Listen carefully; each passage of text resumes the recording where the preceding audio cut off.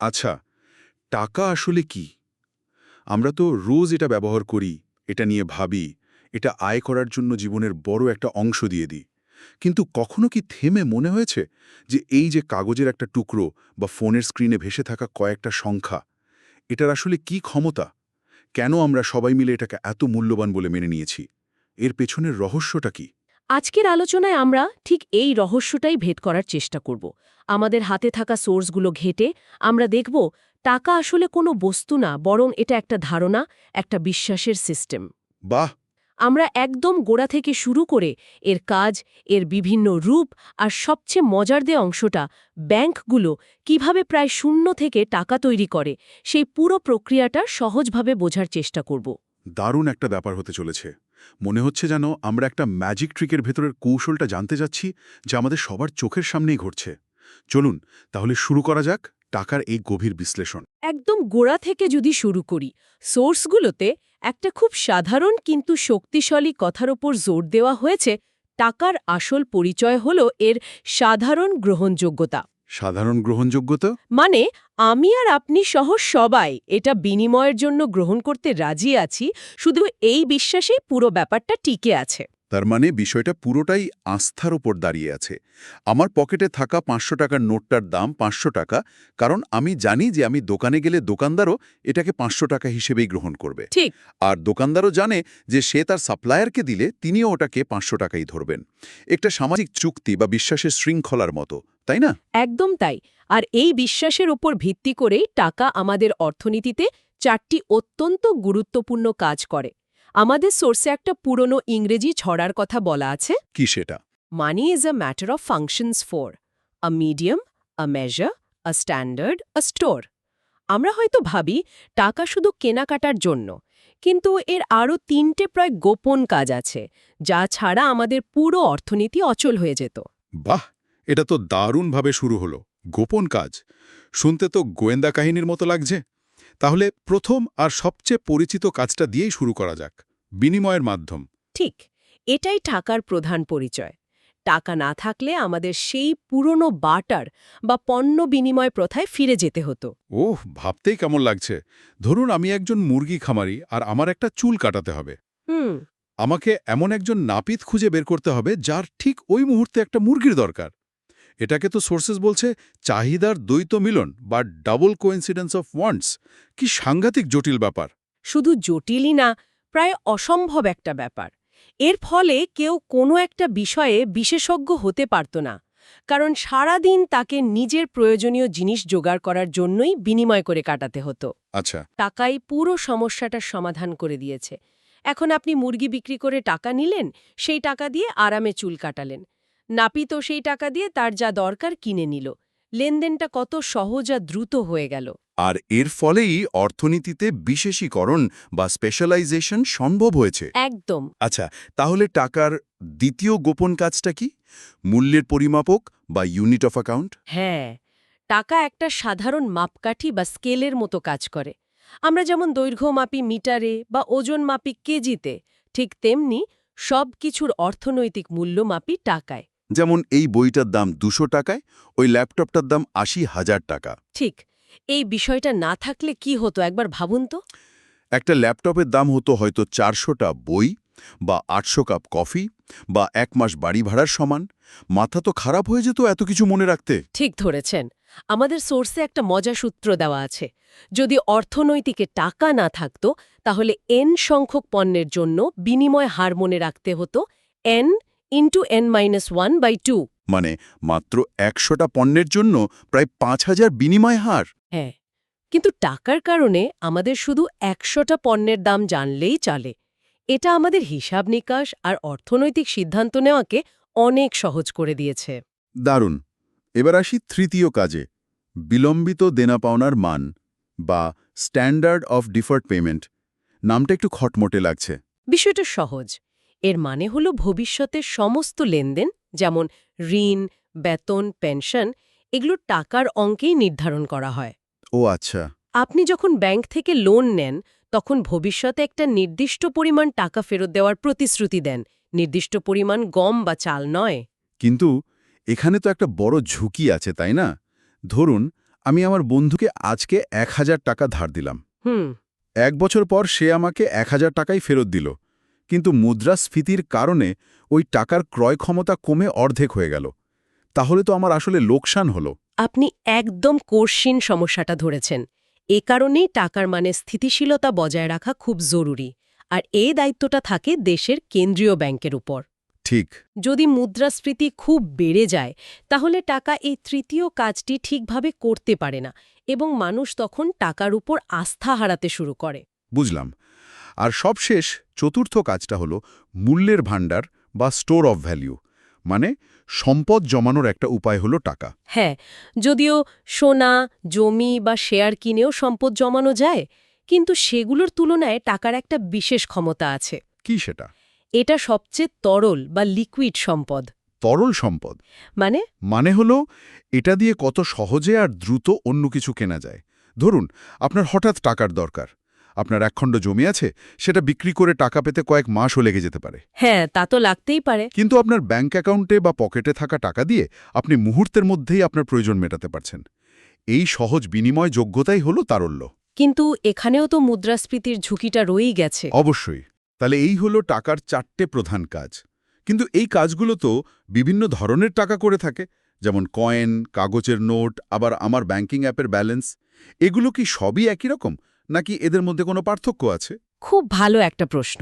আর এখান থেকেই আমরা আমাদের আলোচনার দ্বিতীয় ধাপে ঢুকতে পারি, টাকার প্রকারভেদ।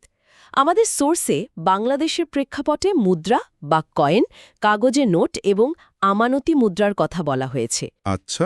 কয়েনগুলোকে বলা হয় প্রতীকী মুদ্রা, কারণ একটা ৫ টাকার কয়েন বানাতে যে ধাতু লাগে তার দাম সাধারণত ৫ টাকার চেয়ে বেশ কম হয়। আর কাগজের নোট? সেটার তো নিজের কোনো দামই নেই, ওটা তো শুধুই এক টুকরো কাগজ। একদম। এগুলোকে বলা হয় অরূপান্তরযোগ্য মুদ্রা। এর পুরো মূল্যটাই আসে সরকারের আদেশ এবং আমাদের সম্মিলিত আস্থার উপর ভিত্তি করে। এখান থেকেই একটা মজার প্রশ্ন আসে। নোটের ওপর যে লেখা থাকে, চাহিবা মাত্র ইহার বাহককে দিতে বাধ্য থাকিবে, এর আসল মানেটা কি? হ্যাঁ, এটা নিয়ে অনেকেই ভাবে। আমার মনে আছে ছোটবেলায় আমি ভাবতাম এই নোটটা নিয়ে ব্যাংকে গেলেই হয়তো এর বদলে আমাকে সোনা বা রূপা কিছু একটা দেবে। এই ধারণাটা অনেকেরই ছিল। আসলে এটা একটা ঐতিহাসিক প্রথার অংশ। একটা সময় ছিল যখন কাগজের নোটের বিপরীতে সমমূল্যের রূপার মুদ্রা জমা থাকত এবং চাইলেই সেটা পাওয়া যেত। ও আচ্ছা। কিন্তু এখন এই প্রতিশ্রুতির অর্থ প্রতীকী। এর মানে হল বাংলাদেশ ব্যাংক এই নোটের বৈধতা ও মূল্যের নিশ্চয়তা দিচ্ছে। আপনি একটা ৫০০ টাকার নোটের বিনিময়ে ৫টা ১০০ টাকার নোট বা অন্য কোনো মুদ্রা পেতে পারেন, কিন্তু এর পেছনে ভল্টে কোনো সোনা বা রূপা জমানো নেই। তার মানে এটা এখন রাষ্ট্রীয় আস্থার প্রতীক মাত্র। ঠিক। আচ্ছা, তাহলে তৃতীয় প্রকার টাকা হলো আমানতি মুদ্রা বা ডিপোজিট মানি, যেটা আমরা চেকের মাধ্যমে বা ডিজিটাল ট্রান্সফারের মাধ্যমে ব্যবহার করি। এখানে একটা ছোট্ট কিন্তু গুরুত্বপূর্ণ বিষয় আছে। চেক নিজে কিন্তু টাকা নয়। তাই নাকি? না, চেক হলো আপনার ব্যাংকে রাখা আমানত থেকে অন্য কাউকে টাকা দেওয়ার একটা নির্দেশ। আসল টাকাটা হলো ব্যাংকের খাতায় আপনার নামে জমা থাকা সেই ডিজিটাল সংখ্যাটা। যেটাকে আমরা বলি চাহিদা আমানত বা ডিমান্ড ডিপোজিটস। একদম। এই সব ধরনের টাকার মধ্যেই তাহলে একটা সাধারণ বৈশিষ্ট্য আছে, এগুলো সবই বিশ্বস্ত মুদ্রা বা ফিডুশিয়ারি মানি, অর্থাৎ ইস্যুকারী কর্তৃপক্ষ মানে সরকার বা বাংলাদেশ ব্যাংকের উপর আমাদের আস্থার ভিত্তিতেই এর প্রচলন।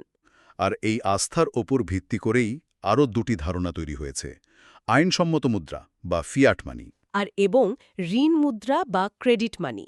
সরকারের আদেশে যে মুদ্রা চলে, যেমন আমাদের দেশের কয়েন বা নোট, তা হল ফিয়াট মানি। দেশের ভেতরে যে কোনো দেনা পাওনা মেটানোর জন্য এটা গ্রহণ করতে সবাই আইনত বাধ্য।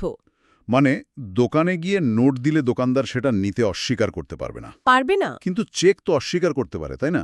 অনেক দোকানেই লেখা থাকে চেক গ্রহণ করা হয় না। ঠিক তাই। কারণ চেক হল ঋণ মুদ্রার একটা উদাহরণ। এর গ্রহণযোগ্যতা আইন দ্বারা বাধ্যতামূলক নয়। এটা পুরোপুরি দাতা ও গ্রহীতার পারস্পরিক বিশ্বাসের উপর নির্ভরশীল। ও পাওনাদার চাইলেই নগদ বা ফিয়াট মানি দাবি করতে পারে, কারণ চেকে ঝুঁকি থাকে। যেমন অ্যাকাউন্টে পর্যাপ্ত টাকা না থাকলে চেকটা বাউন্স করতে পারে। বিষয়টা বেশ পরিষ্কার হলো। তাহলে আমরা বুঝলাম টাকা কি এবং কত রকমের হয়। এখন প্রশ্ন হলো, মানুষ কেন টাকা হাতে রাখতে চায়? মানে নগদ টাকা বা সহজে তোলা যায় এমন অ্যাকাউন্টে টাকা ফেলে রাখার কারণ কি? সোর্স বলছে অর্থনীতিবিদ জন ম্যানার্ড কেইনস এর পেছনে 3টি উদ্দেশ্যের কথা বলেছেন। আচ্ছা। হ্যাঁ, কেইনজের এই 3টি উদ্দেশ্য খুব গুরুত্বপূর্ণ। প্রথমটা সবচেয়ে সহজবোধ্য, লেনদেন উদ্দেশ্য বা ট্রানজ্যাকশনস মোটিভ। মানে প্রতিদিনের কেনাকাটার জন্য? একদম। চা, নাস্তা, যাতায়াত, বাজার খরচ এসবের জন্য আমাদের হাতে নগদ টাকা রাখতে হয়। এটা মূলত আমাদের আয়ের ওপর নির্ভর করে।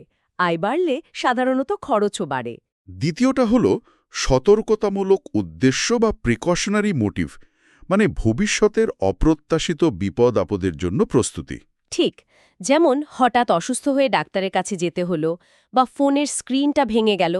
এই সব জরুরি অবস্থার জন্য কিছু টাকা আলাদা করে রাখা, এটাও আয়ের সাথেই যুক্ত। আর তৃতীয় উদ্দেশ্যটা বেশ মজার, ফটকা উদ্দেশ্য বা স্পেকুলেটিভ মোটিভ। হ্যাঁ, এখানে টাকাকে একটা সম্পদ হিসেবে দেখা হচ্ছে, যা দিয়ে ভবিষ্যতে লাভ করা যেতে পারে।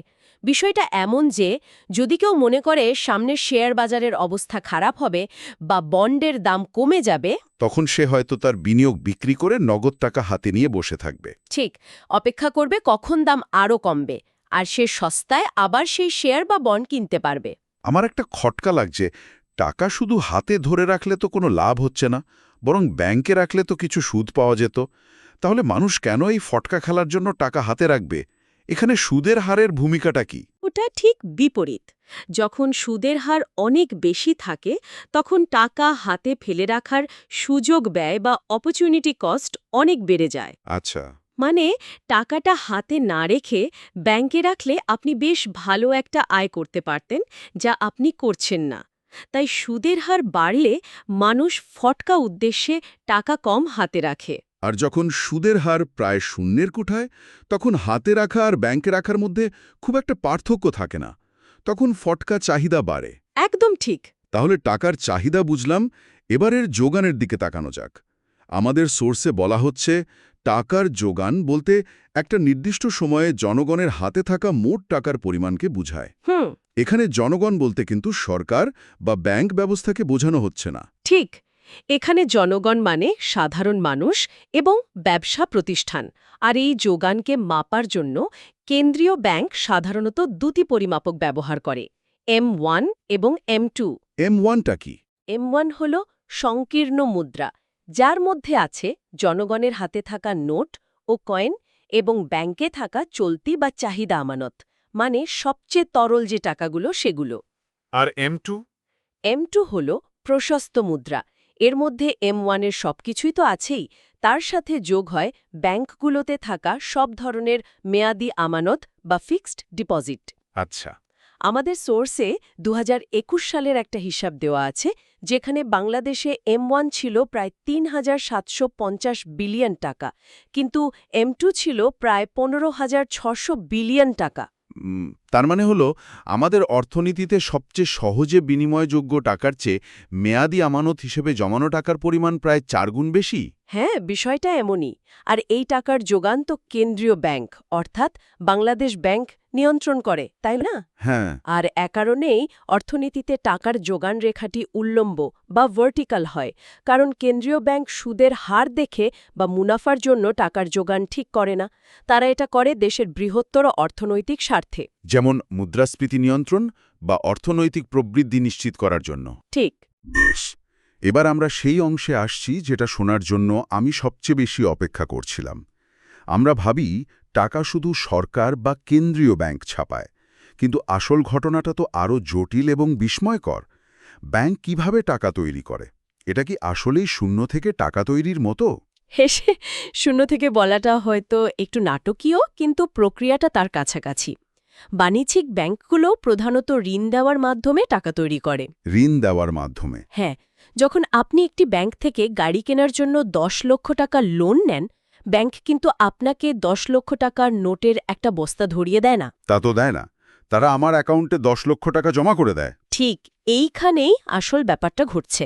ব্যাংক আপনার অ্যাকাউন্টে যে 10 লক্ষ টাকার আমানত বা ডিপোজিট তৈরি করল, সেটাই হলো নতুন টাকা। ওই টাকাটা আগে অর্থনীতিতে ছিল না। অবিশ্বাস্য। এই নতুন আমানত ব্যবহার করেই আপনি গাড়ি বিক্রেতাকে পেমেন্ট করেন এভাবেই ঋণ সৃষ্টির মাধ্যমে টাকা সৃষ্টি হয়। কিন্তু এর তো একটা সীমা থাকা দরকার, নইলে তো ব্যাংক ইচ্ছেমতো টাকা তৈরি করে অর্থনীতি ভাসিয়ে দিতে পারে। অবশ্যই সীমা আছে, আর সেই সীমাটা তৈরি করে দেয় দ্বিতীয় প্রক্রিয়াটি, যেটাকে বলা হয় অর্থগুণক বা মানি মাল্টিপ্লায়ার। মানি মাল্টিপ্লায়ার? হ্যাঁ, পুরো ব্যাংকিং ব্যবস্থা মিলে এই প্রক্রিয়ায় টাকা তৈরি করে। প্রতিটি ব্যাংকে তার মোট আমানতের একটি নির্দিষ্ট অংশ, যাকে আর বলা হয়, কেন্দ্রীয় ব্যাংকে বা নিজেদের কাছে জমা রাখতে হয়। তারা এই অংশটা ঋণ দিতে পারে না। একটা উদাহরণ দিয়ে বোঝালে খুব ভালো হয়। ধরুন, রিজার্ভের হার 10%। এখন আপনি একটি ব্যাংকে 1000 টাকা জমা রাখলেন। আপনার ব্যাংক সেই 1000 টাকা থেকে 10% অর্থাৎ 100 টাকা রিজার্ভ হিসেবে রেখে বাকি 900 টাকা আরেকজনকে ঋণ দিল। আচ্ছা। সেই ব্যক্তি ওই 900 টাকা দিয়ে কোনো একটা দোকানে কিছু কিনল। দোকানদার দিন শেষে সেই 900 টাকা তার নিজের ব্যাংকে জমা রাখল। আমি ধরতে পারছি। এবার দ্বিতীয় ব্যাংকটি ওই 900 টাকার 10% অর্থাৎ 90 টাকা রিজার্ভ রেখে বাকি 810 টাকা নতুন করে আরেকজনকে ঋণ দেবে। ঠিক। আর এই ঋণের টাকাও আবার কোনো না কোনো ব্যাংকের অ্যাকাউন্টে গিয়ে জমা হবে। বাহ, এটা তো একটা চেনের মতো চলতেই থাকবে। একদম। আর এই চেনের ফলে শুরুতে জমা হওয়া ওই 1000 টাকা থেকে পুরো অর্থনীতিতে কয়েক গুণ বেশি টাকার প্রবাহ তৈরি হয়। এর কোনো সূত্র আছে? হ্যাঁ, সূত্রটা হলো 1/RR।